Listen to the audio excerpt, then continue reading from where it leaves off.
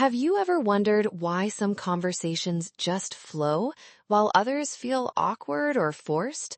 What if I told you there's a simple reason and it's something you can master?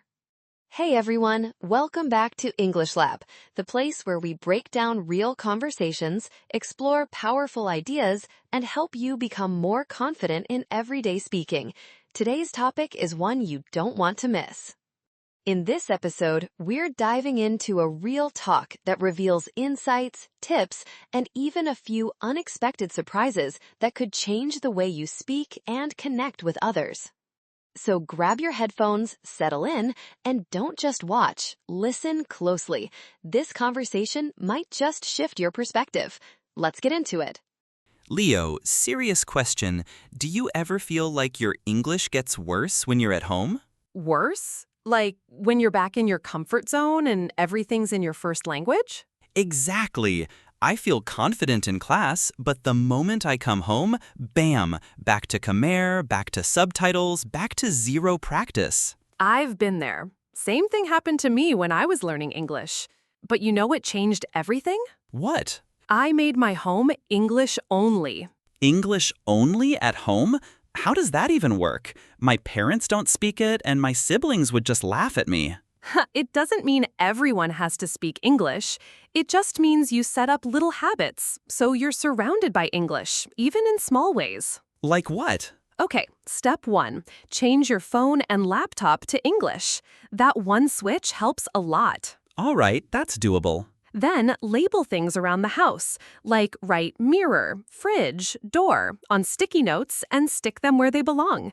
It's simple, but your brain starts to connect English with your daily life. Ooh, like turning my house into a mini English school. Exactly. And for fun, watch shows, listen to podcasts, play music, all in English.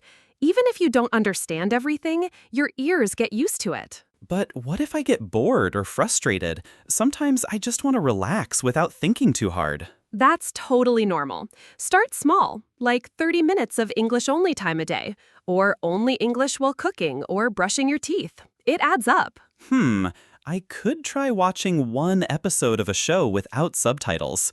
That sounds kind of scary, but exciting. It'll feel weird at first, but over time, your brain will thank you. I promise. You know what? I always thought I needed to go somewhere to practice English, but now I see I can build that place right here. Exactly. Your home can be your language lab. No travel required. All right, I'm starting tomorrow. Phone in English, sticky notes on everything, and one episode without subtitles. Let's see what happens. Yes, that's the energy. Remember, learning English isn't about one big step. It's all the little daily things that build fluency. You don't need to move to another country to improve your English. Create your own English world right at home with small daily habits. Pick one simple change today. Switch your phone to English, label things around your house, or start a 30-minute English-only time. Your future fluent self will thank you.